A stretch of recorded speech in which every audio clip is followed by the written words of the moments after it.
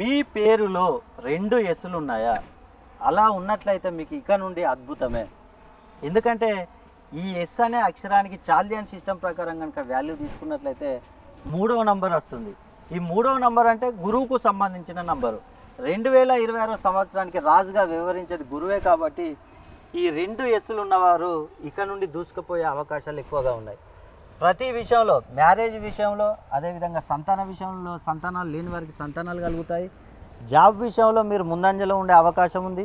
రుణ బాధల నుండి బయటపడే అవకాశం, మీరు ఏ వ్యాపారం చేసినా కూడా వ్యాపారం కలిసొస్తుంది. అదేవిధంగా చూసుకుంటే విద్యార్థులు ముఖ్యంగా చదువు విషయంలో ముందంజలో ఉండే అవకాశాలు ఉన్నాయి.